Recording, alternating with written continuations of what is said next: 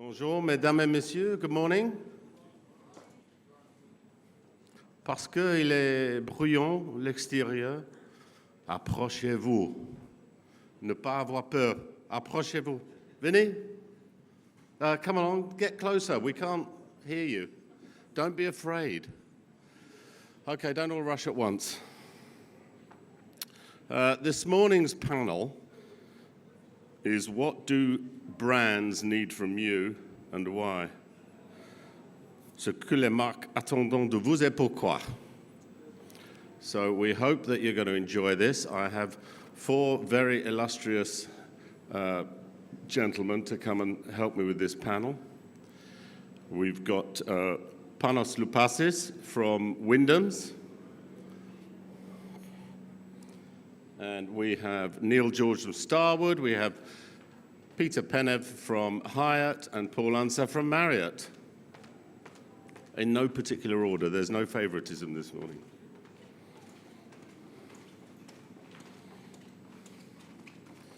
Morning. Good morning. I can't shake your hand because I didn't shake his. So.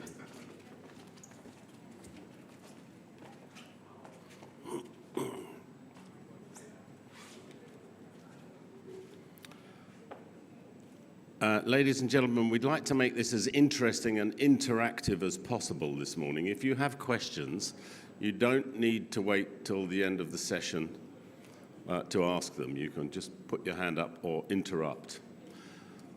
These guys are all used to being interrupted.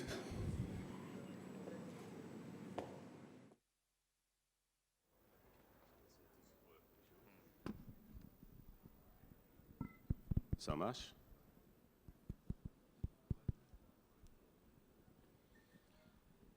Well, gentlemen, welcome, bienvenue. Nice to have you here this morning, even with this depleted audience. Are you sure you don't want to get closer? Final call. Well, what we'd like to start with is you guys are representing some, not all, of the big boys, we might say, in the hotel operators world. Now, why would any of our, do we have any developers in the audience? Voila. 1, 2, any more? Okay, well, we're going to be coming to you for questions later. Why would our developers in the audience pick an international brand? What can you offer them? What standards do we bring? Paul, would you like to answer that? All right, well, I guess you asked two questions. Why would they need an operator, and what standards? Yes. Maybe I'll address the second first and then leave it to some of my colleagues to pick up the first. I think at the root of the standards point, as Andrew mentioned, global operators come with a set of standards for each of their brands. And at the root of these standards lies our business model. Majority of the operators are asset light. And therefore, as a result of this, you have essentially the need to partner with third parties to develop the physical product, number one. And in some instances, in the franchise business model, we also rely on either the owner, our partner, or a third party to manage the hotels. As a result of that, you need some sort of a platform to actually ensure consistency of product, and consistency of delivery of service. Even at a property level for a managed property, you need a basis for consistent training across the board. From the customer side, they want to show up at a particular brand, know what they can expect from the physical product, and know what they can expect from the service. And this is why we have operating standards. Okay, very succinctly put. Thank you. You've got more to say? No, I'll leave it at that because Okay. there's a whole other piece, which is why owners would need us. So that's Marriott. Starwood's point of view, or will you two be sitting on each other's laps at the next conference? If I can just. Well, I don't know that's a question we'd all like to know the answer to.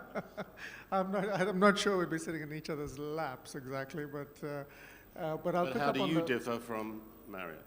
Yeah, so let me pick up on the first question that Paul left out for us to pick up.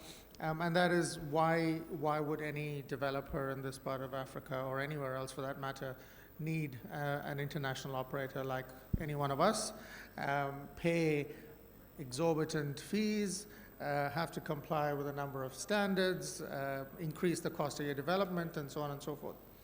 And to me, this falls into probably three primary reasons. And the first is the basic operations of the hotel and the operational expertise that companies like us bring, which is to ensure that you have the right level of training and the right level of execution on property to be able to deliver an international level experience no matter what the destination is. The second is the systems, the platforms, the loyalty programs, and all of the back engines that your hotel can plug into and benefit from. So you would plug into and benefit from global representation via sales offices in any number of countries, IT systems, and so on and so forth. And the third, probably pure and simple, is brand and brand recognition. And you have instant visibility and instant recognition on a global basis, which I would suggest would be challenging if you tried to do on your own and you started a Neil George hotel and tried to get the world to know about you. So those are the three sort of big bucket reasons I would suggest why you would want to go to the trouble and expense of finding yourself an international operator. Just to take you up on the point of loyalty programs, not every major brand offers them. Kempinski's not up here, but they're out there somewhere. Why do people stay in Kempinski and not in your hotels? So we, along with most major hotel companies and most major airlines, feel that loyalty programs are strong drivers of business. There are some who don't believe in that. We do extensive ROI analysis on what it costs to run a loyalty program versus what it delivers, and everything that we have seen so far only suggests that the power of these programs are getting stronger and stronger, and not the other way around. So it's a point of view. It's a point of view that we've taken, and a significant majority of the hotel operators out there have taken. There are a few who either don't have the scale to have a loyalty program that's worth its name, or simply philosophically disagree with the idea that you can buy loyalty with points, and that's a fair argument. But I suspect that's a different panel.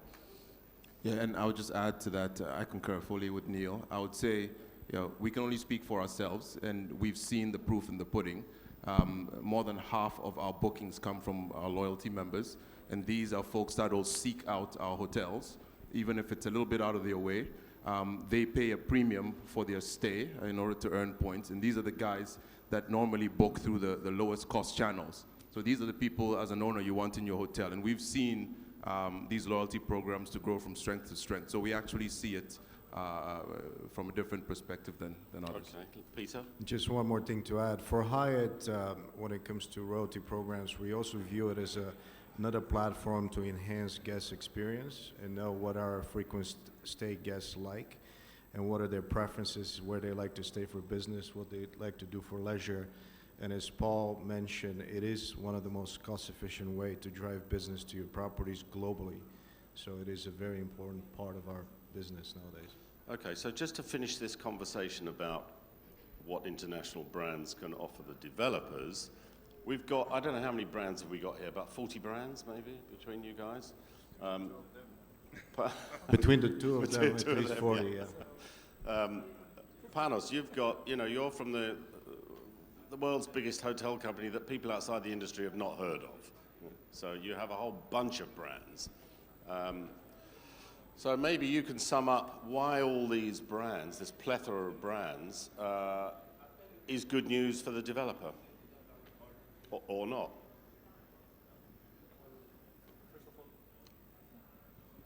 There's a button.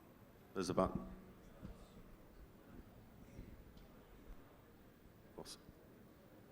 Or swap microphones. So we have established the fact that it's to the benefit of an owner, of a developer, to basically sign up with a brand. This we have established already. It can be quite confusing considering the amount of brands. We have 16 brands in Starwood. 10 and high, 10, Keep Yeah, we have going. 18. 18. So it can be pretty complex, but the beauty with the groups that have multiple brands covering different tiers is that when an owner approaches, for example, with a project, we have a total solution for them. So we could do a 2-star hotel, a 3, 4, 5, extended stay, and that allows more flexibility on the discussion. So that's, Okay, so your answer is that you're able to offer across the board with all these different brands. I Yeah. think if I can add something though, while you have the 2, 3, 4, 5-star, not every single brand is represented in every single market. So I think it's important to Yeah. make the distinction that if you're in upper tier 5-star, you're not going to have 600 Park Hyatts all over the world or Ritz-Carltons or the like. And I think that as you go down the chain scale, the likelihood of developing one of these properties is much greater in markets that cannot support a 5-star hotel. So while the total number seems really high, it's important to distinct that you're not going to do all 40 brands in one market. Okay, good. Well, let's move on now to the title of the panel, which is What Do the Brands Want From You? The developers. I know there are only 2 of you, but it'd be interesting to know what you think of these guys, what they say they need from you. Now, would you start with a feasibility study? If a developer comes to you and says, I got a piece of land that my uncle left me, and can you build me a hotel? What's your first thing you ask for? Who wants to take that one? shall I Panos? continue? So I would say it's one of the key ingredients of any successful development is basically the concept of running the numbers. Basically, you have a plot, the plot has a certain built-up area, it has a certain location, but the question is, what is it suitable for? Is it suitable for a 3-star hotel, a 5-star hotel, extended stay? And this should be based on proper demand and supply analysis, present and future, along with a proper calculation of the investment cost so that you can basically anticipate the returns and see whether these returns are in line with your vision. And all this actually correctly, it's covered through a feasibility study. So this is something that we would insist, and especially if we see the opportunity for a repositioning of the original vision of the owner, and we feel that more guidance is needed there and substantiation of the concept from a third party. So talking about the vision of the owner, what we find as architects and designers is that sometimes in developing markets, hotels are vanity projects. There's somebody who's made their money in cement or ball bearings or selling trucks, and the next thing they want in their portfolio is a hotel. So how do you get them to, how do you get these people to have a reality check, let's say? Neil, what do you think? I think that's a very realistic scenario you've described. It happens more often than you'd imagine. Well, I'm just being polite. So there is clearly a big element of education involved, and we are not necessarily best set up to do that. Candidly, we try, but there is a level of hand-holding with first-time developers that most of us simply don't have the resources to be able to provide.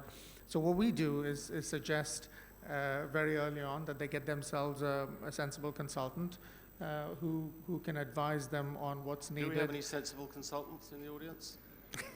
I'm a bit thin on the ground this morning. Okay. Yes. There are some out there, ladies and gentlemen. Yes, as who can advise them on the process and take them through right from the start to the finish, advise them on operators, on brands, on financing, on structuring it, and so on and so forth. And very often that also gives us some level of comfort that the developer is serious and is willing to go to the expense of engaging a consultant. Often it gives us confidence because most of us have more of these sorts of leads coming our way than we can possibly handle. And so if there is someone that comes along with a consultant on board where we can see it's a reputable consultant, it's not, my cousin who's doing it for me, then it gives us a level of comfort that this is serious and it's likely to go ahead. Okay, Paul, you want to say? If I could just add to that point of cost. Believe it or not, you tend to find in certain circumstances that an owner will ask you, well, why do I need to do a feasibility study? I know there's a market. It's just a waste of money. And the local guys will often think they know the market better than anyone else. Exactly. I think just given the fact that typically your hotels involve tens of millions of dollars in investment, it would appear to be quite prudent to invest in someone that understands the industry to help you, as was mentioned, with even detail of the positioning of the hotel, what sort of facilities you would want. But another reason we tend to encourage that, it also triggers a relationship between the owner and the consultant. In this part of the world which we cover, there are many owners that, as you mentioned, have made their money through success in other sectors and are looking to diversify into property. Maybe they have property already, but the hotel is a very nuanced asset and requires an in-depth understanding that can only be gained from experience. So we like to have someone sitting next to the owner advising them, because once we get into negotiations and we get into the detail, you'll find without that sort of feedback, you might spend a lot of time negotiating points that are not going to change and not going to move, and the owner just needs assistance getting their mind around that particular point. So I think that relationship is crucial throughout the gestation period of a deal. Okay, thank you. Peter, I know you want to contribute. What I want to ask you specifically is, the owner, what we find, again, as designers, is that the owners typically want a Grand Hyatt or a St. Regis or a JW. What's your one? Wyndham Grand.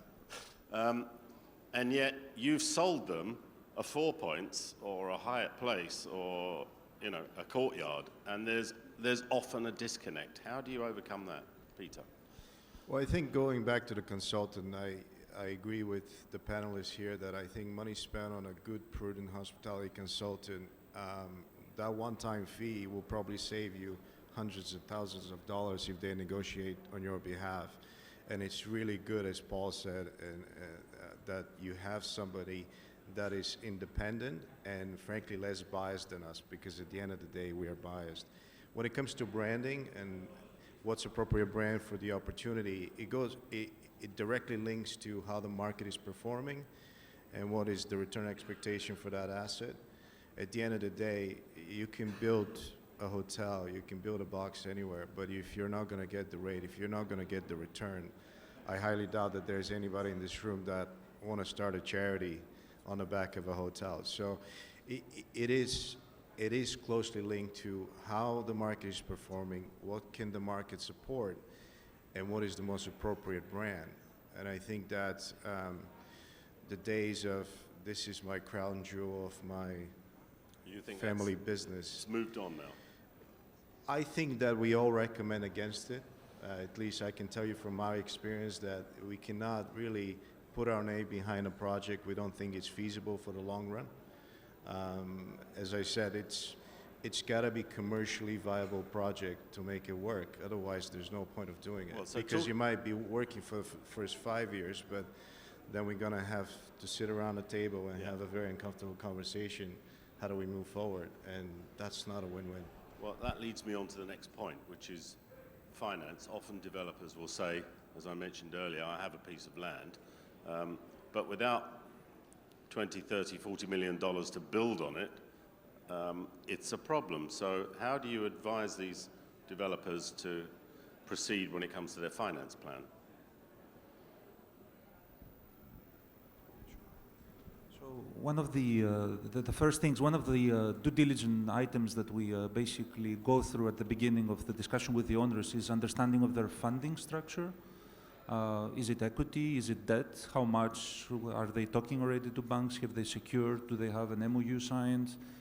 What is the strategy? So you will go into that sort of detail? Oh yes, we need to understand. Otherwise, the project would never materialize. So we need to get an understanding. Now, the amount of funds that the owner wants to avail directly in the form of equity or indirectly in the form of debt also has a direct correlation and impact on the amount of rooms and the number of rooms, and also the brand that will be allocated. So if somebody tells you I have 100 to spend and maybe 100 only results in 10 rooms, then clearly, or results in a 3-star type of product, then the discussion takes a certain shape and form accordingly. I think we take a bit more active role in trying to determine what's the overall cost for the project, if it's market relevant in that particular country. Try to see if we can introduce a construction partner that can help them value engineer or really get their costs in line. And then try to work with some capital sources that we have done in the past to introduce them to facilitate that. At the end of the day, you said many times these are first-time owners, and they might be very successful in other businesses, but it's a first-time hotel owner, it's a different industry altogether. I think you gotta be, we tend to be a bit more active and try to see how we can make potential introduction or have meetings along with the owners and during those initial stages, because it's a partnership. It's not a, here's your guide, we'll see you in 6 months when we're ready to sign. I think that's an important point, and very often we find that our developers are surprised that we get involved to the extent that we do, because when we look at these deals, we underwrite them as if they're our own deals. So we want to know everything about the financing. We want to know where it's coming from. We want to know what the terms are of the debt. And we know what the plan is to service it. And very often the kind of reaction we get is, oh, but why is that any of your business? You're the operator. Yeah. And then there is another sort of process of discussion and education that happens where we explain to them that, we do care about the integrity of our pipelines deeply, and so we will not put our name to a deal that we can't see is financially viable and has some chance of getting funded, which is also what gives a number of the lenders comfort when it comes time to look at a deal. The fact that one of us is actively engaged and possibly even signed on to a deal gives them a level of comfort that at least to the extent that we could, sitting where we are as operators, we've run the numbers and it sort of stacks up. And this is not going to be a wild goose chase project that has no hope of stacking up. And I think that's the crucial point. It's a partnership. So even though we're Well, I was going to asset ask you, how important is trust in this relationship? it's critical, but it all depends on where you are. Culturally, depending on where your deal is, the dynamic changes. But ultimately, we come in and we make it clear that it's a partnership. We don't pretend to be owners of property. But that said, we want to make sure that we work with you, because ultimately, even if you have an ego buyer of a hotel, at some point, and very often we found it, that point even comes before the hotel opens, given the long gestation period of projects, that same owner will have a different perspective. And ultimately, it sets a backdrop for argument. For us, the capital stack and how it's set up is crucial, especially the equity piece. We talked about feasibility studies. That'll help you with raising debt. But your equity piece and having enough equity in this market, that tends to be around 40%, which is a substantial amount of money. So understanding how that's going to come together is crucial to figuring out whether or not the deal actually has a chance. And remember, these are all interlinked. So if you're planning to build something exorbitant and you realize you're not getting a return, it's important to have that discussion when it's on a piece of paper rather than when it's built. So you need to be frank with your developers. What we often find between developers and operators, and we're over here trying to bring the two of you together, is that strangely, developers, having signed a deal with you guys for 20 years or 25 years or whatever it is, then they don't want to listen to you. And they'll argue with you all the way down the line. They seem to forget that you're there to help them make money in the end of the day. I think it goes back to the initial discussion about the area program of the hotel.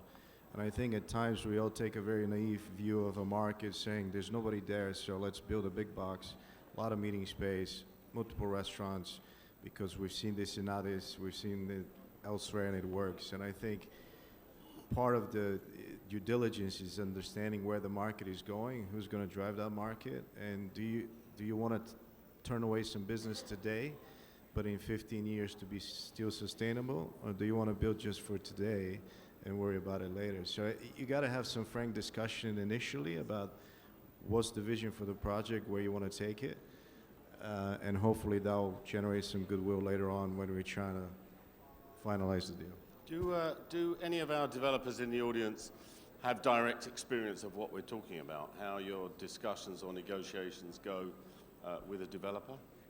Is it all smooth sailing, the way these guys make it sound? I can see Probably at least not. one, Where? but I won't point them out. They don't want to talk about it. Okay. Here's a gentleman in the front row here. Do we have a microphone? Do we have a microphone? We do. Bonjour, Bonjour. merci pour vos interventions, vos explications. Moi, je ne suis pas développeur. Je voudrais comprendre un principe. Après vous avoir écouté, on a l'impression que le développeur, il fait ses études de faisabilité, il recrute un consultant pour l'accompagner. Il commence par construire son hôtel. Il fait appel au groupe gestionnaire que vous êtes, pour venir regarder si les normes correspondent à vos marques et vous amener, si ça vous convient, vous amenez vos valises pour le gérer. Ça, je crois que c'est le premier principe. Ben alors, nous constatons dans d'autres pays qu'il y a des groupes, quand ils arrivent, ils acquièrent le foncier, ils construisent et ils exploitent. C'est quoi alors le critère de sélection dans les deux processus? C'est ça ma question, je vous remercie.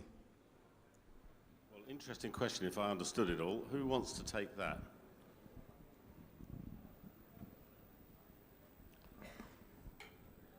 I think Don't the rush, biggest Peter. Looks like operator you're on in the hot stage seat. should. No, if I can answer that, or go ahead. Yeah. So, in the process that you described, actually the best way is to call the operator from day one, even before you do the feasibility study. Get the operator on board, the operator that you feel comfortable, and bring the feasibility consultant, start building the rest of the team, the architect, the project manager, the interior designer, kitchen laundry, other consultants, to make sure that whatever you do, whatever takes place is basically one way forward and there is no change of mind and retreats. So that's extremely important. Bring the operator even earlier than what you described. That will help a lot the process. On the issue of the second part of the questions was relating to groups acquiring assets. So with Wyndham, we operate on an asset-light form, so we franchise or do management contracts, but we do not invest in developments. So I will pass. As do most of you, I think, right? Operate on that basis. You touched there on the importance of the consultants team. It calls very close to my heart. I can't stress enough how important it is to have an experienced architect, someone who's done hotels before, not someone who's designed your shopping mall or your factory or your office. A hotel is a very different animal. It's open 365 days a year, 24/7. It requires a different set of experiences. And it will make your life much easier if you have a qualified and experienced consultants team. And last but not least is the project manager on site. Would you agree? Absolutely, that's crucial. And I think to stress your point, a hotel is a long-term asset. It's not residential that you build and you sell, and once you're sold out, you can kind of just take your money and walk away. It's something that requires a long-term view, and it's also a living, breathing animal. It's unlike many other asset classes in real estate, a hotel really is an active business, and that's why we had the birth of the asset-light business model. Because at some stage, folks realized you could actually spin off one company into two, one that owns a property, the other that runs a business, and they are two separate and distinct businesses, albeit coexisting. So if you have a 30-year contract or an investment that will last your lifetime, it's crucial to make sure that it works operationally. So what might not be a priority for you today, down the line when you're looking at your margins and you're looking at driving profitability, will become extremely important, right? So on the design side, it's crucial. The project manager piece is for us, we found, especially in Africa, is critical because many of our partners do not have in-house the expertise to track and get projects to the finish line.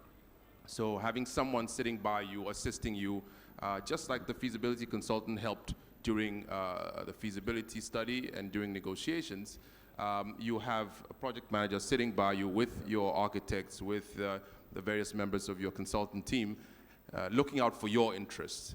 Ultimately, while everyone is professional, many of our owners want to feel that they have one person sitting squarely in their corner, and that'll keep an eye on the bottom line for them. So we found that to be of paramount importance. Well, as Kalyan said yesterday, a gentleman from Kalyan, that's the thing he wished he'd done differently when building this hotel. We're going to have to move on. Peter, final comment?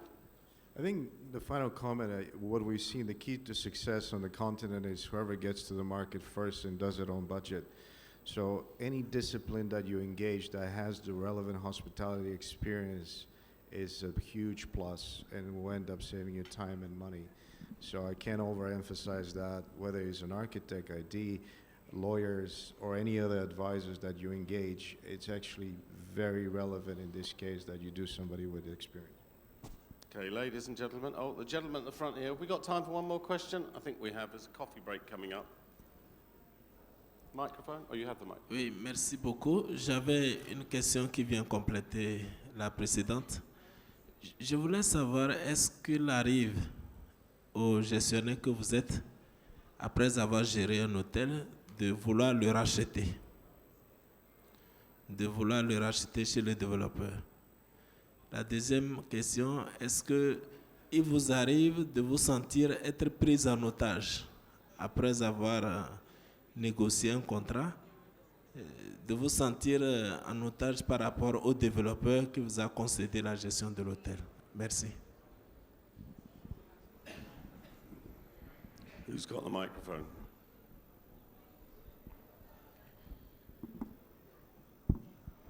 Who wants to take that?